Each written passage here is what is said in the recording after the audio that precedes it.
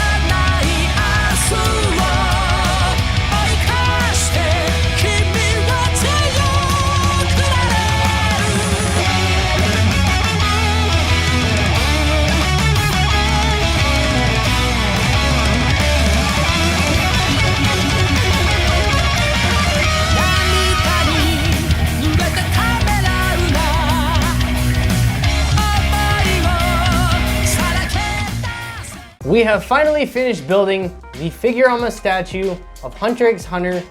This thing, it was a lot easier than a la carte. It was a lot easier. There was not a bunch of different pieces. This was a little more simpler, but it still has that wow factor. Because for starters, two heads. You have two heads for this guy. Check this out. You got eyes closed and eyes open. I have the eyes open on the statue right now. In a little while, I'll give you more of a zoom in on that. The hands, the coloring, they use actual sand for this, which it's good and bad. Yes, it gives it that more realistic feature, but if you're having this in your house with carpet, you're gonna have sand in your carpet, you're never gonna be able to clean it up.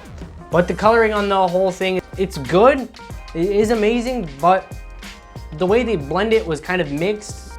It's kind of so-so with it, because if you notice on the back of the hands, right here, you'll see like, it's solid color, metallic color, and there's a dead stop. There's no blending, there's no mixing of any kind. Looks like they painted the matte stuff first, the solid coloring, and then they put the metallic on top of that, which makes sense, so it doesn't like overlap with the solid coloring, but it still kind of leaves that weird look to it, the weird texture, kind of like a splatter on there. Right up here, it looks like a piece of plastic that just melted, like an early 2000s toy. This is just my opinion on this one. They should have used like a transparent resin up here because it's coming down out of the air rather than using just silver foil, whatever style this is. But the figures, I love these figures. They have the shadowing, the detail all over each of these characters. Meruem has a lot of extra detail going on because a lot of the shadowing is in between every nook and cranny of his arms, his tail. The way the colors are blending together, it's really perfect. Old Man himself, I call him Old Man, like Master Roshi, but more awesome. The detail on him is really cool as well. There are not a lot of parts with this. They got Meruem, the hand over here, each hand, each arm, the back up here, the whole stone that the Old Man's coming out of. And the thing I thought was kind of a cute little feature is they also have a little backgammon table right over here, or a board game going on. The whole statue is amazing, and I hope you guys enjoyed this. I will be giving more in-depth detail as we go, into this, so let's get right into it. So we're gonna start down on the bottom right here where there's actual sand being used, which is cool, but even as I'm touching it, sand is coming off on my fingers, so it's not really, the texture is there, but it's still, it might all come off after a long period of time, and you're just gonna get sand all over your floor, which is not fun for anybody. Then we go around, and the base itself, it's thick, it's solid, it's heavy, the whole thing is really heavy, but the detail and the coloring looks like something from Ben Presto. I'll be honest with you guys, because the coloring is really bland down here, there's no blending, the colors just stop, they don't mix with each other. Like right here, for example, it's just brown, lighter gray, brown, lighter gray, like an old toy camouflage. And you get the rocks as well. They look really plastic, but it's not bad. I like it. The hand, this giant hand, it's cool. It's huge. It's got the point that Netero's, you know, abilities, but the coloring, again, you can see right here in between the fingers, there's no dividing. We just missed the paint spot. And the coloring itself, it's got the cool statue look up here, and the statue look fades out, and then you get immediately, like, here's the line below my finger, gold, silverish white. I wish they would have used a more transparent resin for this, because then it would have like made more of that effect for the air coming down, which is, it's okay. It's got the good size to it. It's cool. And we know it's a statue hand, you know, the whole Netero's 1,000 palm thing, but still, I feel like the coloring kind of takes away from a lot of it.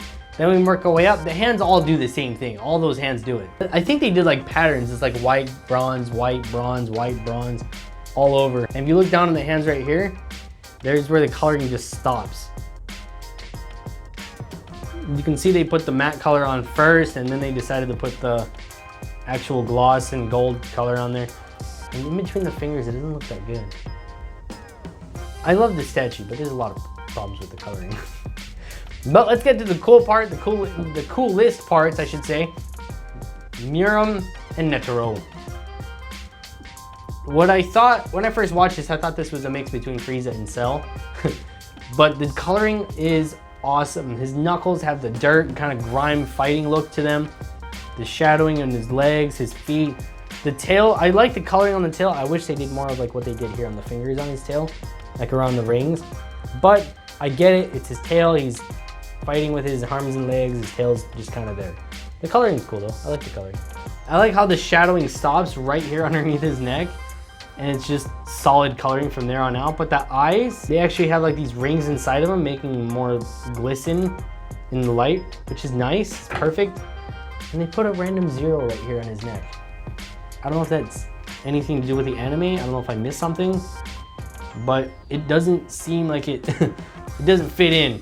But you get to Mr. Awesome over here, who has gold on his belt. Oh no, that's just part of the sand. Netero, old man, is really, really awesome because the detail on his legs looks like something you'd see from a Guillermo Fortino statue.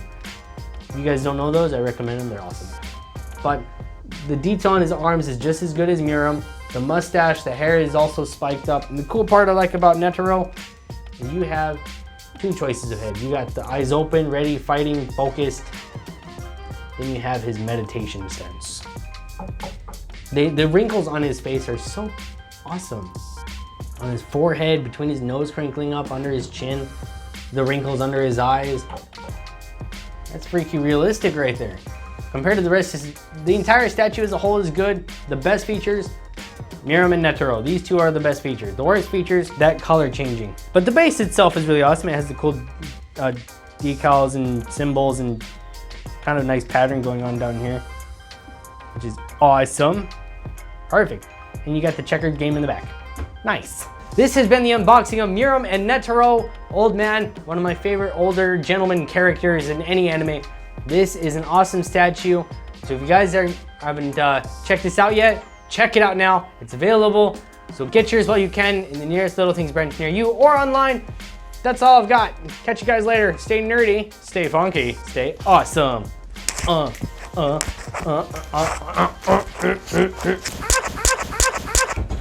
Thank you, buddy.